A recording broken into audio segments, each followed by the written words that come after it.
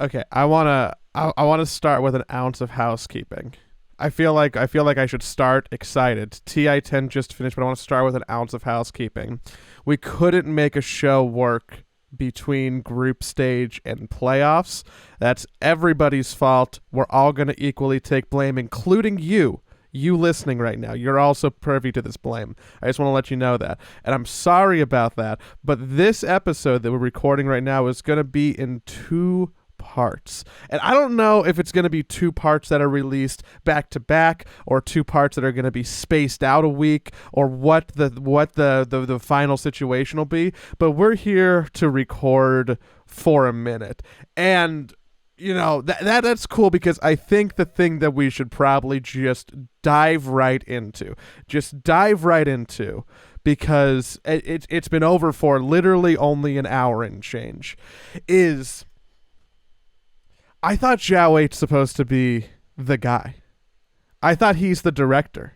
I thought he is the person who takes Chinese Dota and puts it on a pedestal and they go, that's our guy.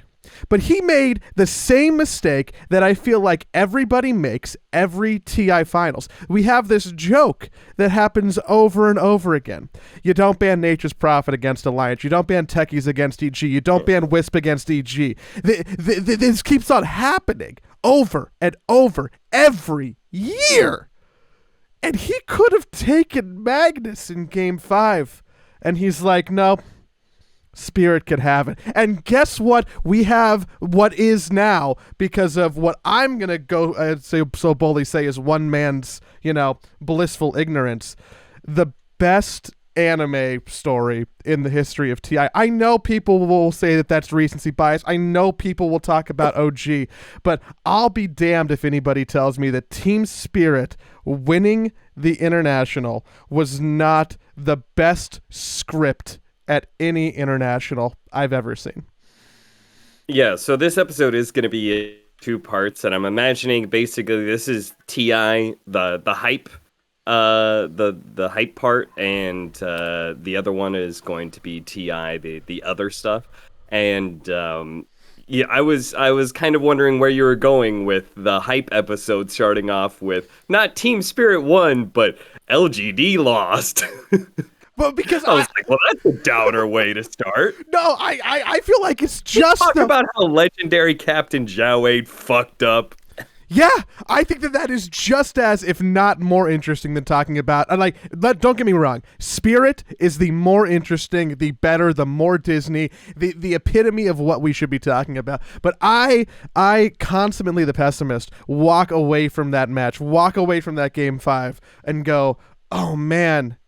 Ame lost another Game 5 finals. Oh man, how did they succumb to these mistakes again? What happened? But I am glad that LGD shit the bed because I am so happy for Team Spirit. And I feel like I'm sitting here talking to who might be the number one Team Spirit cheerleader throughout the entire year. You can play modest if you want to, Austin, but people can pull the tapes. You've been talking about it all year long. How much you like this team, how cool they are, how young they are, how much they just win, and how they're growing. They did it. They did it. Yeah. It's easy because it's from the region that I covered. And I was also the host for the second season, meaning I had to be there for all of the games. So I was particularly tied to Team Spirit because we got a lot of interviews out of them because they did a lot of winning and we only do winners interviews there. So we talked to them a lot and all of them were like really incredible to talk to. I think we did get a chance to talk to every single one of the players as well. They all stepped up and said something. And I think they all have like really interesting stories, really nice, humble attitudes, everyone's going to point to like some pub gaming experience or something. There's always going to be bad, attitudes out there in pubs and stuff like that. But it seems like in person, these guys are all really nice, really humble. Just great people that you want to be able to cheer for. And they managed to pull off what is probably probably the biggest Cinderella story. I don't know. It's a little hard to say because OG like was quantified as lower than Team Spirit. There were higher expectations of Team Spirit going into this event, but as a entity, like as a known entity, OG was right. You knew who OG was. The organization had won You know, major No tournaments. Tail. You You like know the players that are on that team. Yeah, you know No Tail, you know Seb, right? And it's like, okay, you know what these guys are capable of. You just don't know what they're capable of with these new guys and under such a short time span. Like you don't know that, right? So they went from they're not going to be ready in time. Who are these new guys that they brought in to holy shit, they did the whole thing. I mean, Spirit was like, okay, these guys are good. We know that, but I don't think anybody had them winning TI. Like, sure, there's some going to be some believer out there, but like the analysts, nobody has them winning TI going into it. I think most people that I talked to, and I'm pretty sure I said this myself, was like top six. Like they actually perform. but it They don't also have TI experience. If they actually can perform at TI top six, that's good. That's good for them. They'll make that far. but it also wouldn't have been surprising if they got like, ninth through 12th. Like that would have been like, Yeah, oh, okay, they're new, like, maybe they had a couple bad games or like a yeah. couple bad rolls of the dice. 9 through 12 was a very solid floor for them. I think most people would expect, okay, they're not going to go out in groups. They're a very solid team. And if they end up in the lower bracket, they'll make through the best ones most likely. And if they ended up in the upper bracket, well, 9 through 12 is the least that you could do. So Hmm. yeah, I I was burned. So I'm someone who I play a lot of fantasy. My friends and I very into Dota fantasy, and I love the underdog play. I love the ad finem play. I love the digital chaos play. I love to be able to go, I think this team has something. I like these underdogs. I counted Spirit out against OG. I counted Spirit out against Secret. I continually made the mistake of going, you know what? I know they're good. I understand that they can beat these teams, but they lost to IG in the upper bracket, and like they haven't been that special, right? So I felt like they didn't have the magic. I just assumed what was going to happen was that China was going to make their way through the lower bracket and we were going to have like an LGD versus IG or Vici finals. I actually had in my TI bracket like China as all top three because through most of groups and through a lot of the games that I watched, I'm like, man, IG and LGD and Vici all look really good. And Secret, I don't know. So I was like, this is the China year. Like this is like a statement year for China. And I bought into that own narrative that I wrote for myself so hard that I'm like, you know what, Spirit will lose to OG. Spirit, like they're not gonna beat IG again. Like whatever. That wasn't the case. That wasn't the case at all. no, I think I had a very similar setup there. I think I predicted LGD versus either IG or OG finals. I think OG, I had them going upper bracket finals instead of Team Secret. So if I actually swapped that around, it would have my bracket actually would have looked pretty good, excluding Team Spirit, who I think I had them like upsetting one team, but not going as far as they did. I think I had them upsetting Team Secret is what it was. And I was like, yeah, they could definitely do that. And then, I did the same thing, right? It's like eventually their luck is gonna run out. Mm-hmm. Right? They're a good team, but it's their first time at TI. They've shown that they have problems closing out games before. And so it was just like, okay, even in groups, right? This is the thing, is that the team OG looked like a better and better team as they went on through groups, and then they got to the upper bracket and they stomped all over people. Team Spirit I'm not sure how much better they got within groups. I would have to go back and watch. But they got to the upper bracket and immediately lost. And it was in the lower bracket that they got really, really freaking good. Mm-hmm. That they just started making this long run. And it felt like every single day that we would see Spirit again, they had leveled up. Like the Spirit that we see on Friday is not the same Spirit that wins on Sunday, you know? And that's pretty incredible. That's so insane. And maybe that is some of the power of having such young players is that they can rapidly grow and expand on the fly like that. And they're not held down by, years and years of experience. Dude, I cannot believe how excited I got over the last 48 hours at Magnus skewers. Yeah. I have never in my life of playing Dota been like, oh my god, fuck yeah, look at that horn toss skewer combination. But I was buying into that. It felt like, why is Bat Rider even a hero anymore? Who cares about that? Because you can get a full lasso in half a second. I remember I tweeted something out about this patch.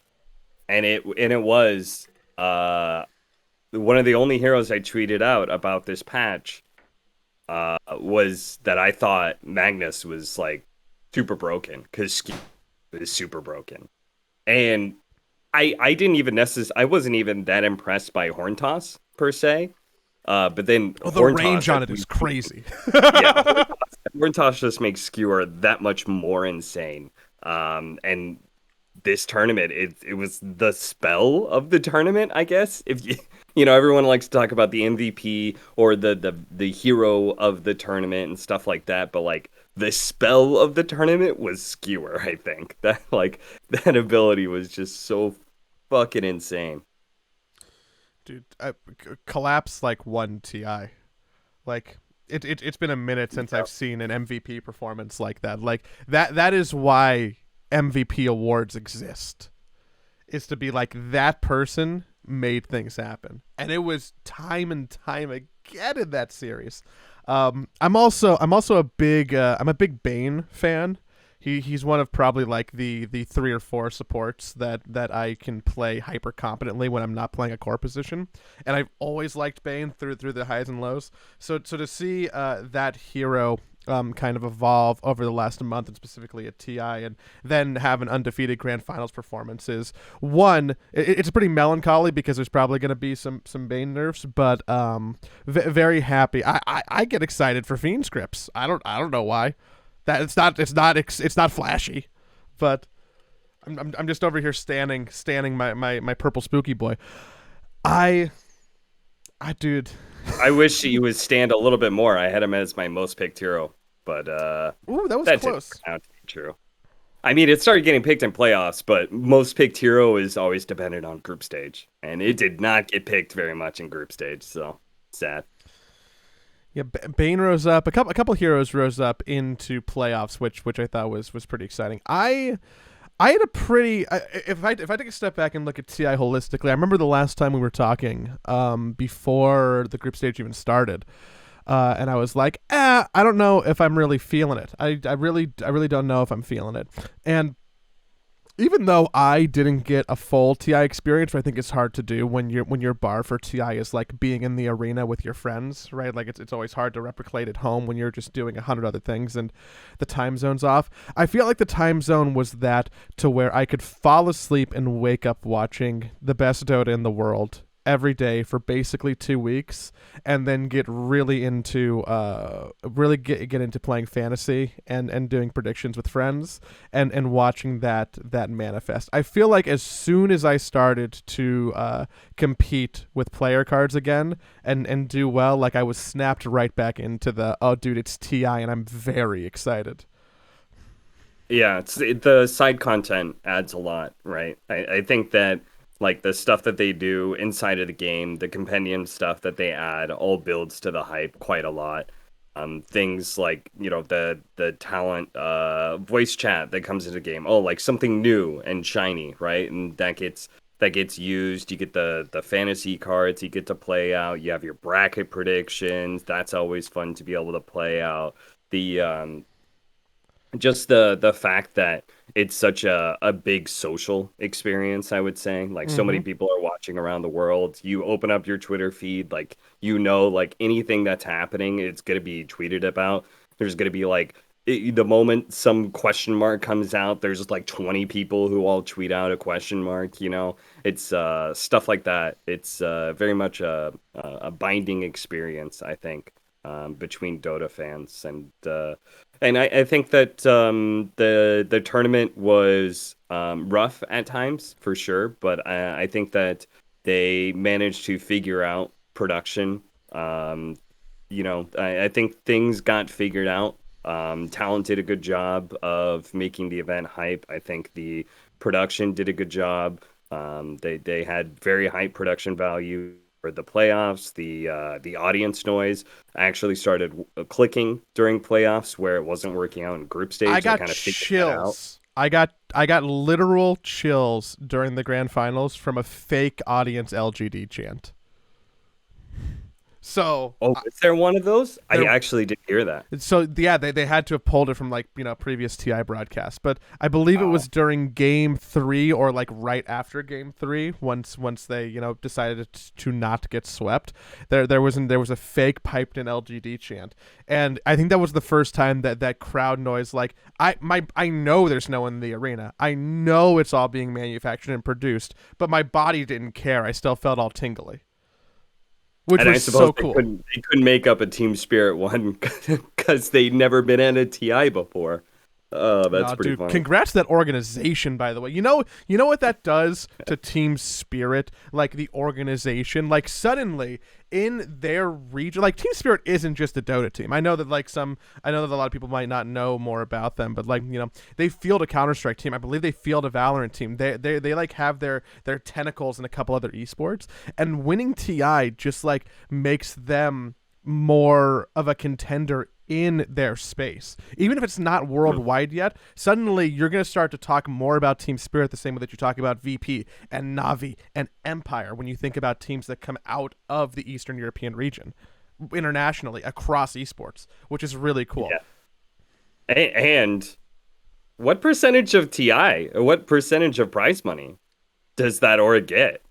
Like I know, like, all the big tier teams and stuff, like, no, don't touch my prize money, don't touch my prize money. But when Spirit signed into their contract, a long time ago, do Probably you something. I would imagine well, it is like 5%, something's in there. 5% is probably a good guess. I would say it's definitely within the range of 2 to 10. Yeah, I would assume so as well, unless Spirit were like really forward thinking about it. Which, they seemed very confident that they were going to do well at TI once they got to TI, but I don't know how confident they were all the way back at the start in season 1 when they were still, well, first of all, they weren't exactly the same team. They replaced out their 4 position, I think, and that's when they picked up Mira. But all the way back then, they were pretty good. They were doing all right for themselves, but they weren't exactly scoring any predictions for going to TI in the first place. There was AS Monaco Gambit, there was Navi, Virtus Pro was obviously going to take the top slot. So it was like people aren't even necessarily putting Spirit in the top 3 teams to go to TI in Eastern Europe. They So they had to play a Game 5 to qualify in their last chance qualifiers. They were like the wild card seed basically. That's cool. yeah, They were playing out of a broom closet 2 weeks ago.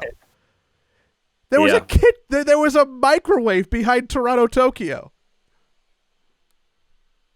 Got him some good food. Fueled him for when he needed it most, apparently.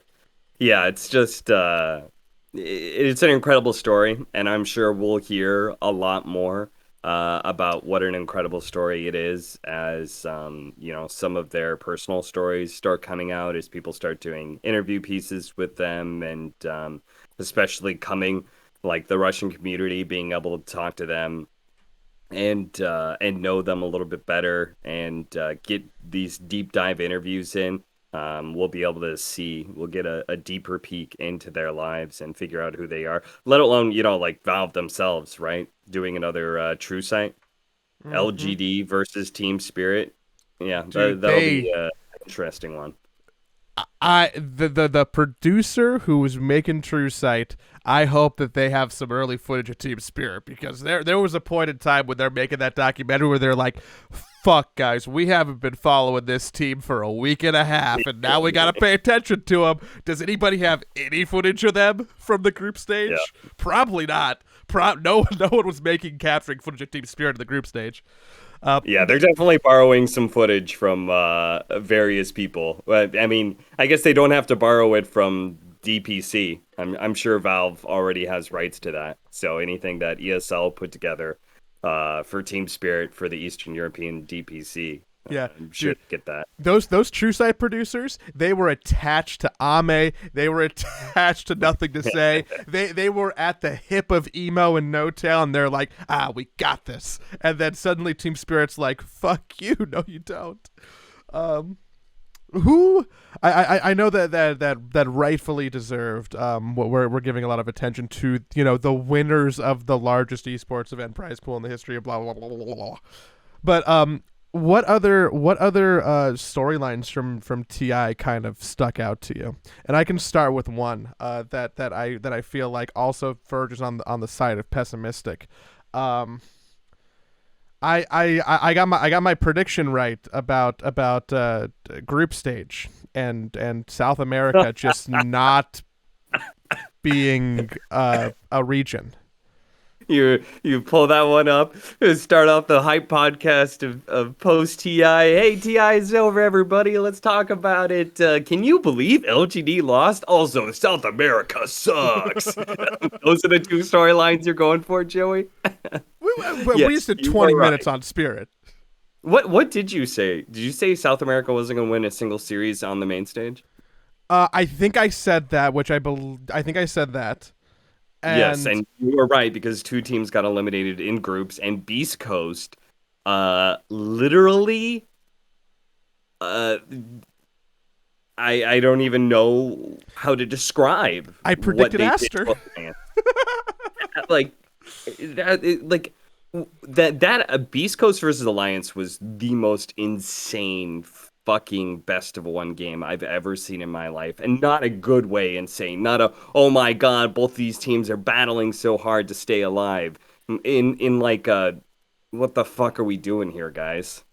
Kind of insane. Are you telling me? Okay, so hear me out. I think that if you count out like SA, I think if you count out like Thunder Predator, Alliance was still one of the worst teams, and Beast Coast was also one of the worst. I think that might be the two lowest ranked teams on the TI main stage together playing a game, and they had a fiesta together. Yeah, I would kind of agree with that, but both of them. I mean, like, Alliance won, so I'm not going to say that they could have been better, because they were better in that game and they won. But like, we know Beast Coast can be a better team.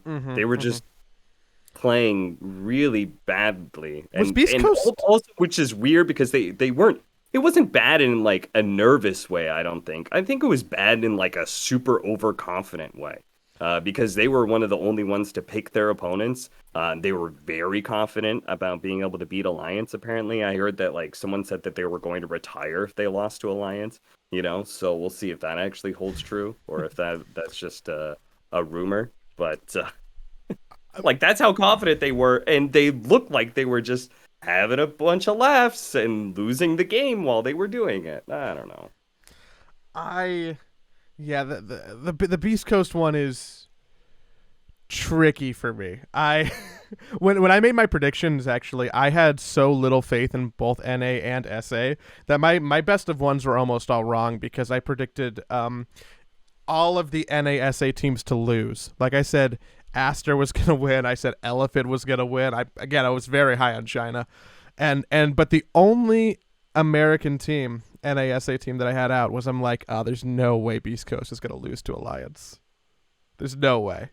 They're gonna be the last remaining American team. That was actually the series that I was most confident about in the bottom four, because I could see Quincy Crew looked super nervous and super shaky in the group stage towards the end Mhm. of it, especially. They looked really just not great. Let me just say Astor they were, gifted them a game.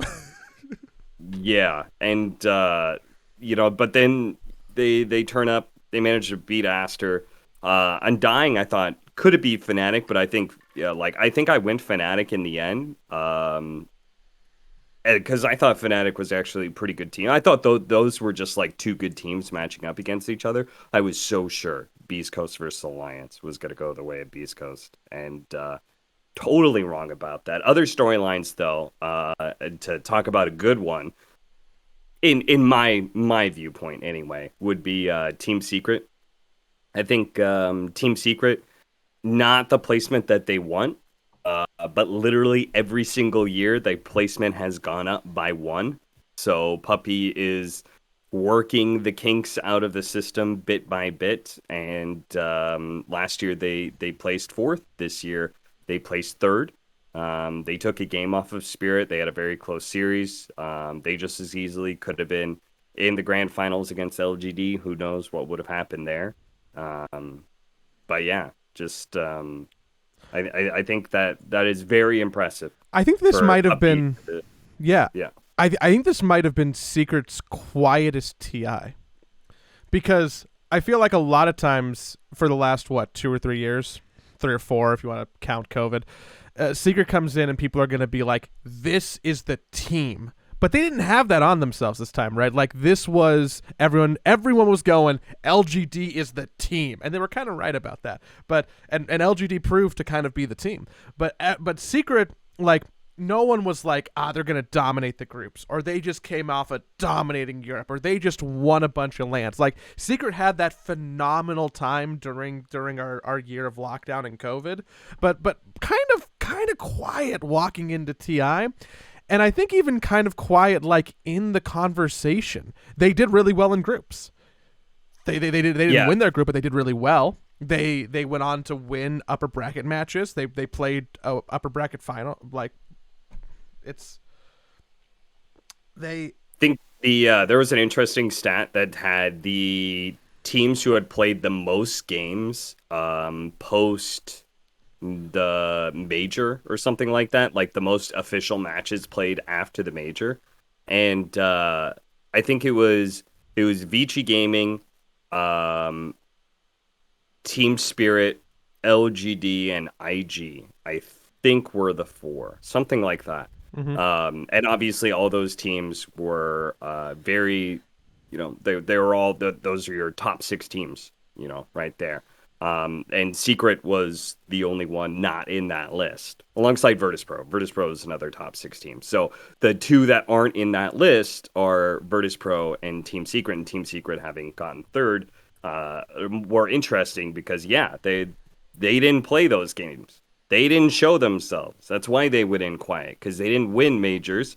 They weren't super dominant. They didn't show themselves after the major.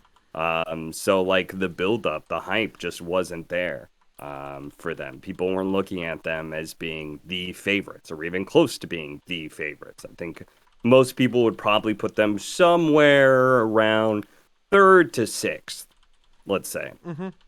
And well, if you had them as your third favorites, well, you're right on the money, because that's exactly where they place. So yeah, just super impressive consistency from Puppy all these years, to go from like starting off his Dota 2 career at being a TI winner and having attended every single TI, and he's still got it, still being able to make third. I think that's a success. Obviously, I know Puppy doesn't view it that way. I have no doubt he looks at it as grand finals, or even, winning the whole thing or nothing, just because he is so successful. But from my view, great success from him and the rest of Secret this year. I really liked. Yeah, I really liked the opening ceremony. Aegis Pass. I thought that the driver had that idea. What was a nice touch, seeing Puppy like start off there and doing that. Like, I think that was I think that was like a really cool sequence. Whoever did that was like pretty smart. I don't know if that was taken from somewhere else, like quote traditional sports, but that was pretty cool. That definitely got me excited for TI. The opening ceremony, I think in general, was pretty nice for the main event. Yeah, it was a nice touch for what is a 10-year anniversary, basically. Mm-hmm. It's technically not a 10. I guess it's 2021, right? So it is a 10-year anniversary because our first one was in 2001, right? Yeah, So yeah, the so a 10-year 11, anniversary but yeah. of TI. So Um, let me touch on a couple other teams real quick. Evil Geniuses. yeah, Thoughts, concerns, comments. um, lost to a tough team. Not sure too much to what to say about them. I think there was just a lot of good teams. They didn't manage to get into upper bracket because they got blocked by Undying. So the North American crab mentality continues on. No one gets to succeed. Everyone gets dragged down to the bottom. So yeah, they got blocked out of upper bracket by another North American team and had to play in the lower bracket right away. They beat Elephant, which was good for them. And then they went on to face up against Vici Gaming, who obviously was pretty good. They placed top six. So yeah, I would say just not great. Obviously, this team is built to win a TI, but also a little bit of bad luck. Something, I don't know. Yeah, You know what it was in group stage? I didn't feel like they were going to do well in playoffs because I could tell they were just playing cautious. They weren't playing to win. their group stage performance was like really all over the place. Like they took losses to good teams, but I think that EG shouldn't be like none of their group stage games impressed me ever. The teams they were beating were like Thunder Predator and Aster. And that was a day one Aster with a stand-in, right? I don't think Yeah. they got another 2-0 in groups. Like they dropped a game to Undying. They dropped a game to Alliance, which like it felt like that they were never really exciting from the get-go.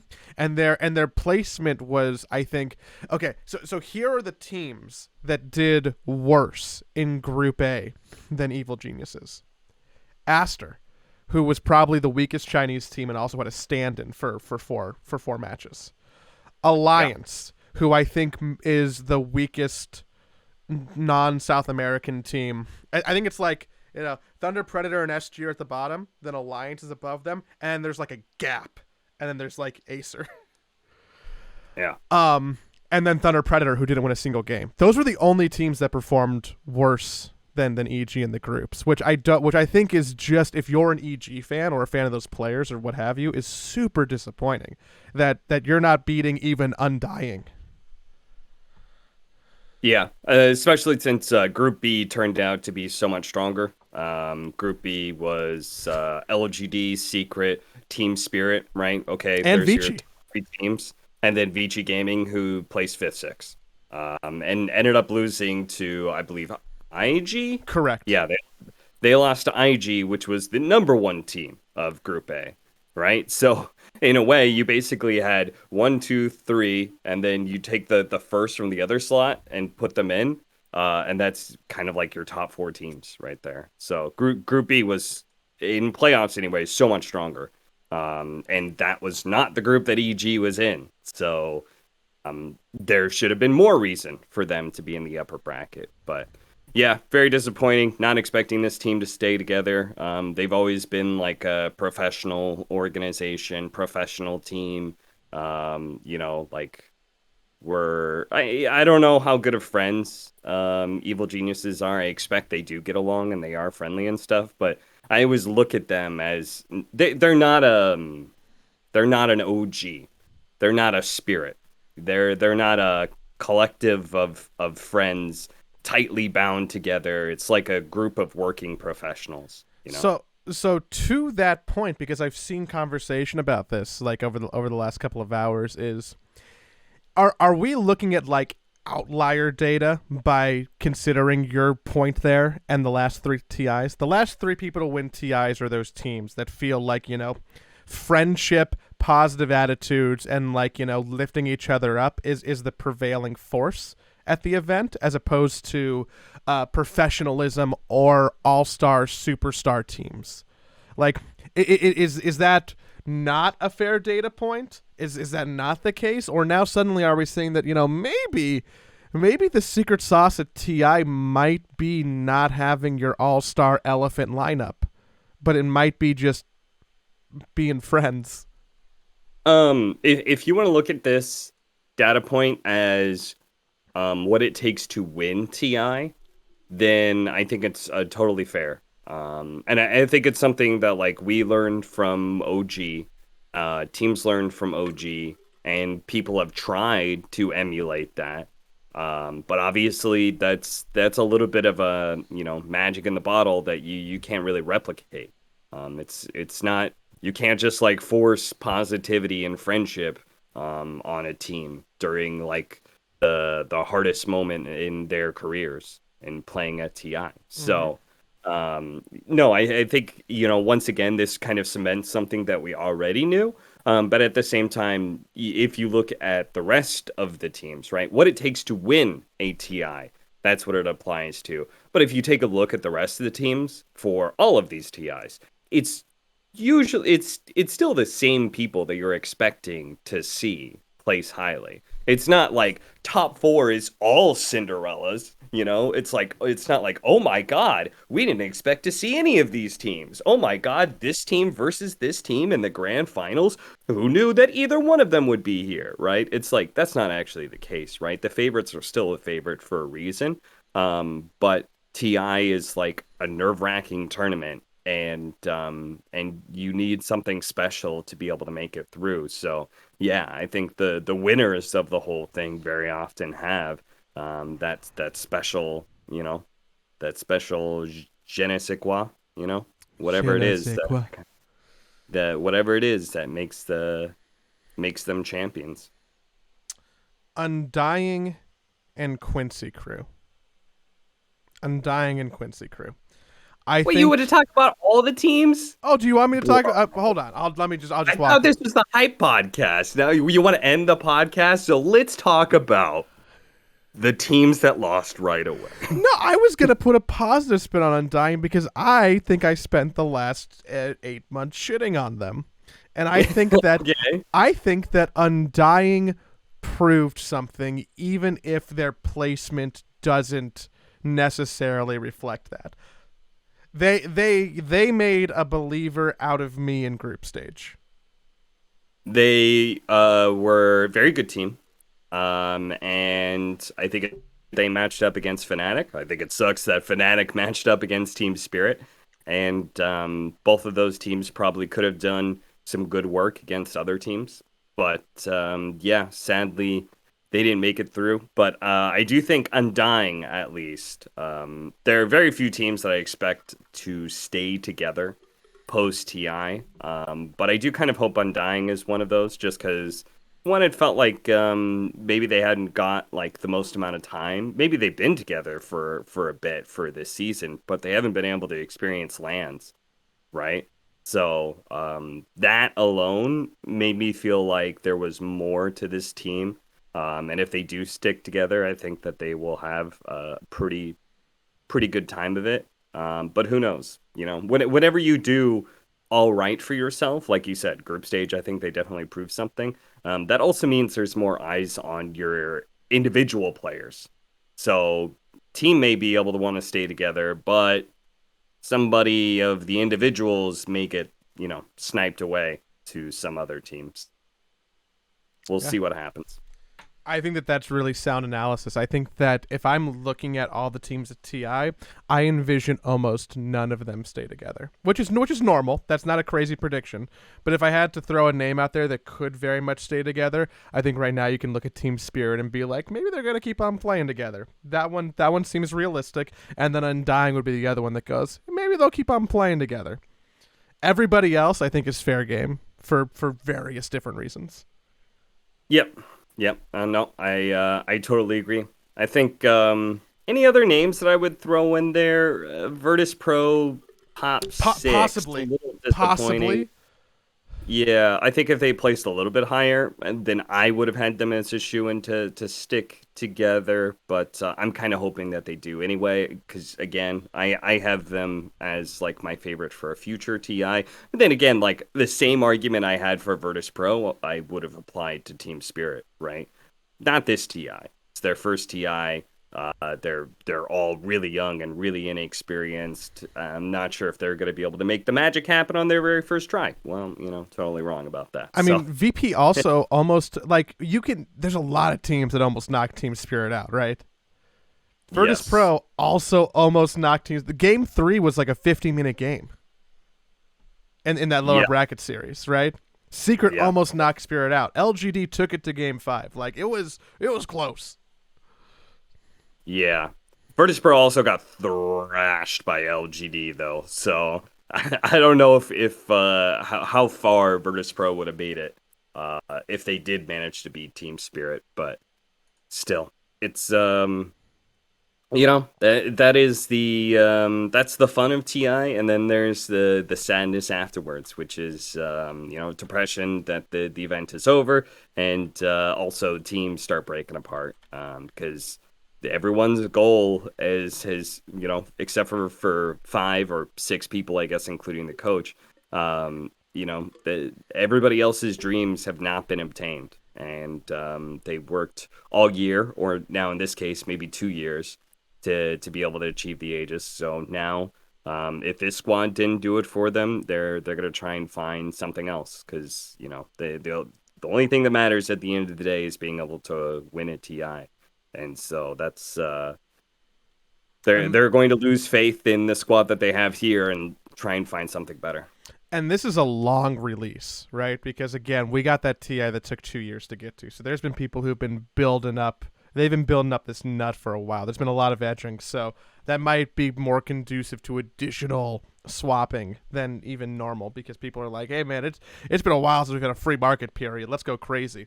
I don't know how does the free market period even happen when there's no after party at TI.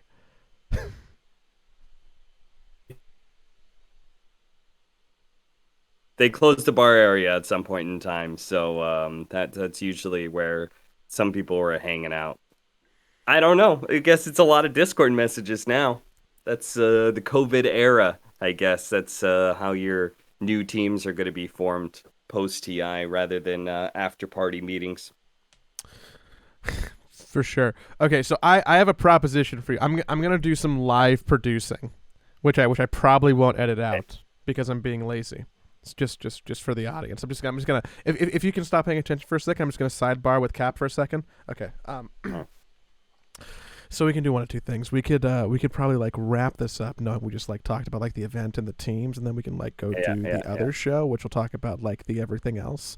But like, does the should the every where should we like mesh in talk about like heroes and meta or like talent who aren't you or like the production of the show? Does that go in this one, or do we wrap that into part 2? What do you think? I mean, how much do people really care about heroes in meta like after the tournament is done? You know, I always Probably feel not. like Probably not really. I probably not a people have ton. just been overloaded with Dota, Mm. at this point in time, that I think they mostly just want like, feel good wrap up. That's fair. That's I, what I f- envision. I feel pretty good about Magnus, and I feel pretty good about Hammer Mommy. I I Yeah. I I really think Hammer Mommy could have probably seen even a little more play. Some of that Thompson play in Dawnbreaker was wild. Yeah, Virtus Pro never pulled that out again in playoffs either, right? I don't think they did. So that was the other team that was playing some Dawnbreaker quite heavily. So yeah, yeah. Um yeah. Okay then.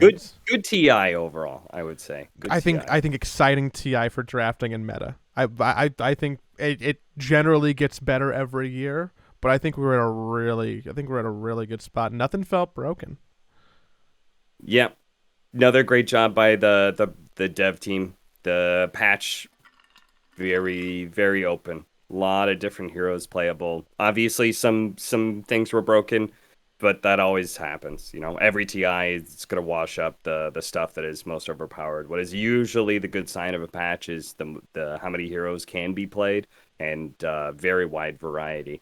Particularly impressive given the fact that we had a pretty decently sized patch come in, you know, not so long ago. So props to Valve, props to Ice Frog and the team for being able to balance the patch Do for you TI. think? It's really well done. Do you think that they get satisfaction out of that, or do you think that that's just like an expectation, or do you think that like because I would imagine. And I haven't been balancing a video game for the majority of my life, let alone the same game for 10 years. I would imagine that, like, it almost feels like the day-to-day to them, and they're not going back and looking at Dota Buff and being like, I mean, they're not looking at Dota Buff anyways. They have private statistics, I'm sure, that are much cooler. But Joey. What? Remember short and sweet? Oh, fuck. Hold on. Hold on. Hold on 1 second. Okay, so what we're gonna do is we're gonna say congratulations to Team Spirit, and then I'm gonna press the stop recording button, and then I'm gonna press the record button again, and then you'll see a second episode eventually. But pretend like time passed. Okay? Great.